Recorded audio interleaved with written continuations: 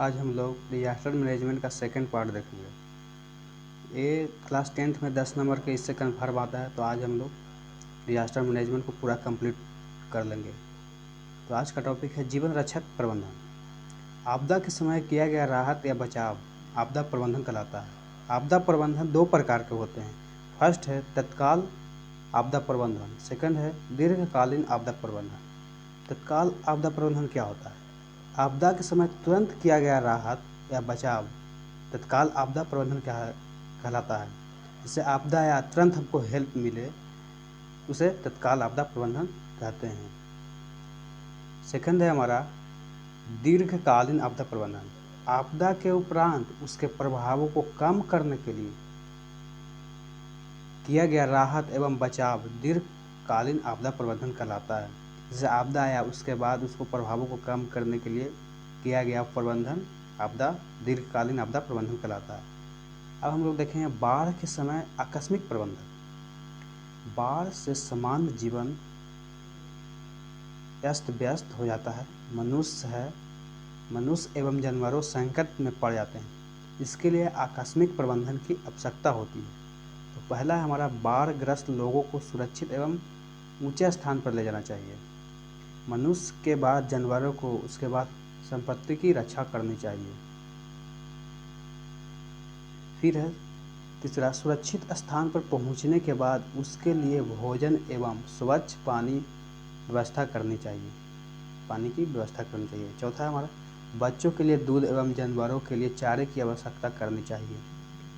पाँचवा हमारा बाढ़ के गंदे पानी से कई प्रकार की बीमारी फैलती है। इससे बचने की उपाय की जानी चाहिए। नेक्स्ट है हमारा भूकंप एवं सुनामी के दौरान आकस्मिक प्रबंधन। भूकंप एवं सुनामी के समय निम्नलिखित बातों पर ध्यान देना चाहिए। ये अति विनाशकारी प्राकृतिक आपदाएं हैं। तो पहला हमारा बचे हुए लोगों को विस्थापित कैंप में ले जाने की व्यवस्था की जानी चाहिए और उन्हें सभी प्रकारों की सुविधाएं देनी चाहिए। दूसरा हमारा मलबे के नीचे दबे हुए व्यक्तियों को निकालने की व्यवस्था करनी चाहिए। मरे हुए लोगों तथा जानवरों को उचित स्थान एवं धार्मिक रीति रिवाज के अनुसार अंतिम संस्कार कर देना चाहिए। चौथा है हमारा मलबे के नीचे दबे हुए लोगों की पहचान के लिए कई प्रकार की उपाय की जाती है। प्राचीन काल में कुत्तों को सहारा लिया जाता था। वह सूंघकर नीचे दबे हुए व्यक्तियों की पहचान करते थे। वर्तमान में मलबे में दबे हुए लोगों की पहचान के लिए इंफ्रारेड कैमरा का सहारा लिया जाता है। प्रेजेंट में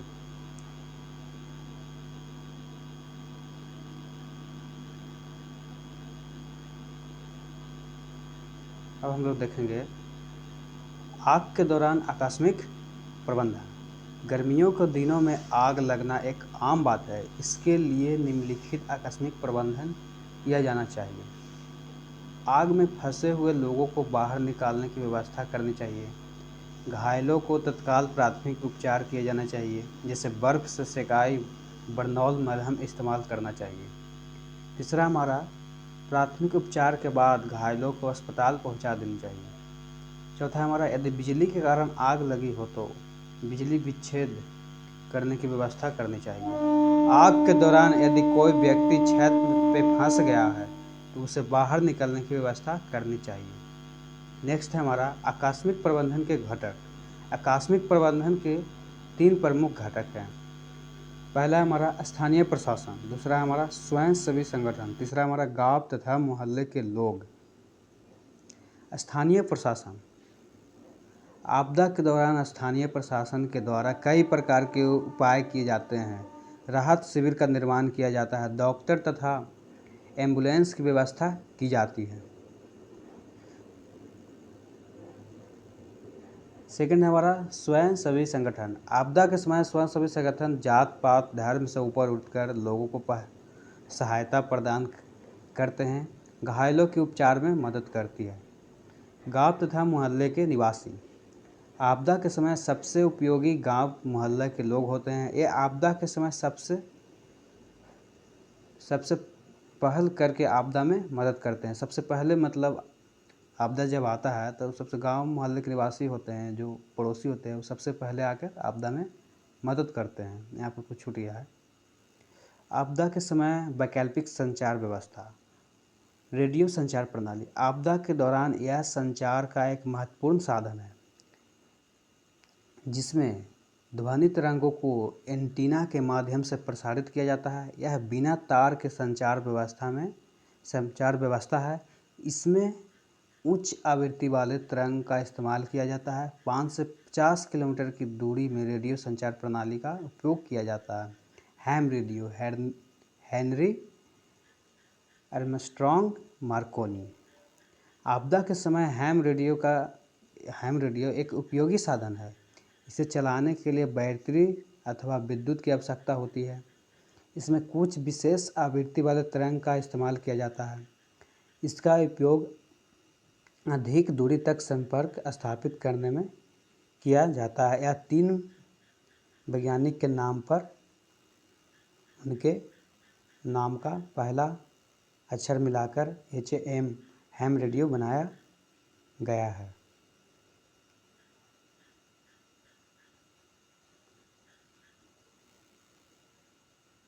नेक्स्ट हम लोग देखेंगे आपदा सह अस्तित्व। प्राकृतिक आपदाएं जैसे बाढ़, भूकंप, सुनामी इत्यादि का होना स्वाभाविक है, जिसे रोका नहीं जा सकता है, लेकिन सावधानी बरतने से इसके प्रभावों को कम किया जा सकता है। भूकंप के दौरान सावधानियाँ। भूकंप एक प्राकृतिक आपदा है। इसका प्रभाव अति विनाशकारी है। इसका पूर्वानुमान असंभव है। इसके लिए हमें संभावित क्षेत्रों में सतर्क रहना चाहिए। भूकंप जैसी आपदा के लिए सुरक्षित आवास अति आवश्यक है।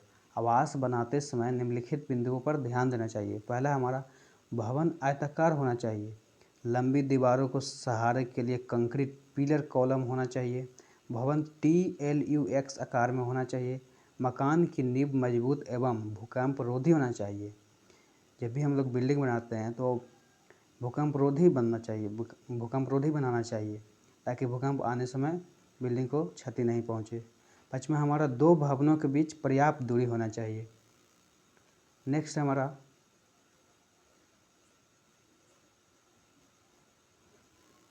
है हमारा लैंडस्लाइड। भूस्खलन भूमि का एक टुकड़ा या भूभाग का टुकड़ा गिरना या धंसना भूस्खलन कहलाता है। यह पहाड़ी क्षेत्रों में होने वाली आपदा है। इसके लिए मानवीय क्रियाकलाप भी जिम्मेवार हैं। भूस्खलन के कारण पहाड़ी क्षेत्रों में तेज वर्षा एवं आंधी से चट्टानें गीली हो जाती है और इसकी पकड़ ढीली हो जाती है, जिससे भूस्खलन जैसी घटनाएं घटती है। पृथ्वी के गुरुत्वाकर्षण के कारण भी भूस्खलन जैसी घटनाएं घटती है। भूकंप के कारण भी भूस्खलन जैसी घटनाएं होती है। चौथा है हमारा खनिजों के निष्कासन होने से भूस्खलन की घटना होती है। भूस्खलन प्रबंधन के उपाय। भूस्खलन वाले क्षेत्र में बस्तियां न बसने दिया जाए। पहाड़ों पर भवनों का निर्माण नहीं किया जाए। रेल मार्ग तथा सड़क मार्ग के किनारे भूस्खलन वाले क्षेत्रों में लोहे का घेरा लगा देना चाहिए।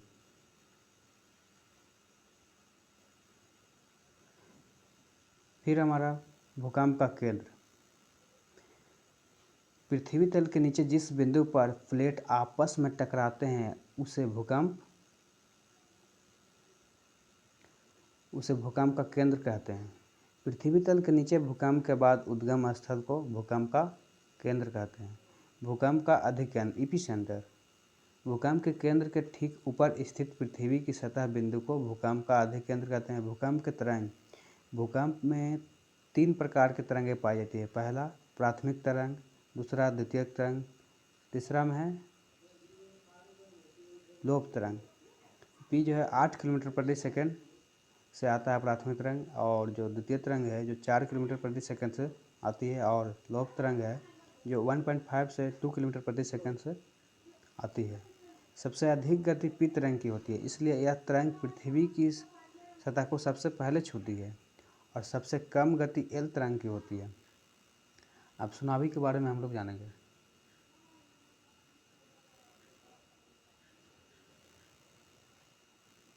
सुनामी 26 दिसंबर 2004 को बंगाल की खाड़ी में भयानक सुनामी आया था। इसके बाढ़ की एनडीएमए की स्थापना की गई थी। इसके बाद ही एनडीएमए की स्थापना की गई थी। सुनामी के प्रबंधन के उपाय।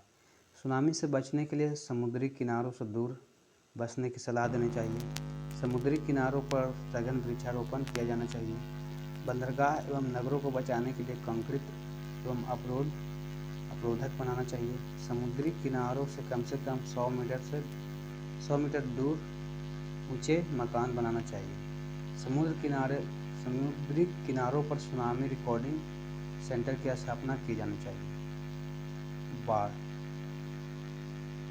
बाढ़ के समय निम्नलिखित बातों पर ध्यान देना चाहिए। जल जमाव वाले क्षेत्रों पर भवन निर्माण की अनुमति नहीं देनी चाहिए।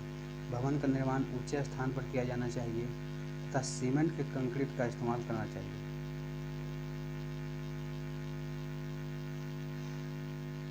फिर हमारा बाढ़ प्रभावित क्षेत्रों में फर्श तथा दीवारों को पक्के बनाना चाहिए तथा हमारा नदी किनारे सघन वृक्षारोपण किया जाना चाहिए।